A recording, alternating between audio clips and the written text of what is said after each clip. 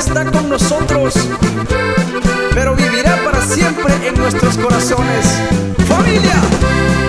Hombre humilde y honrado, así lo conocían siempre. Fue honesto y franco en todo, no le tenía miedo a nada, pues el único miedo que tuvo de perder a su familia. Su oficio era ganadero y también era comerciante. Trabajaba de sol a sol para poder mantener su familia.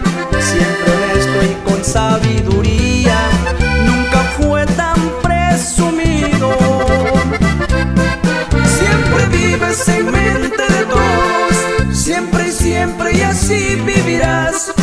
Tenías bien declaradas sus metas, era un hombre de pocas palabras. Tenía bien marcada su esencia, era hecho más que palabra.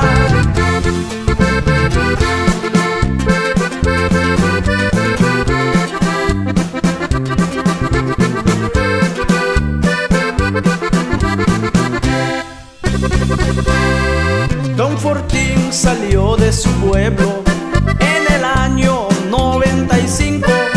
Paso a paso llegó a la Mosquitia y encontró el amor de su vida, con quien pudo formar su familia.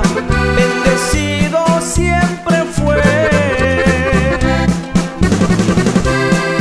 Don Fortín hoy ya no está, sus trabajos y sus consejos hoy quedaron bien grabados como en piedra en los corazones.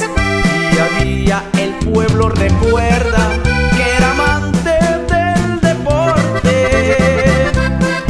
Siempre vives en mente de todos, siempre y siempre, y así vivirás. Tenías bien declaradas sus metas,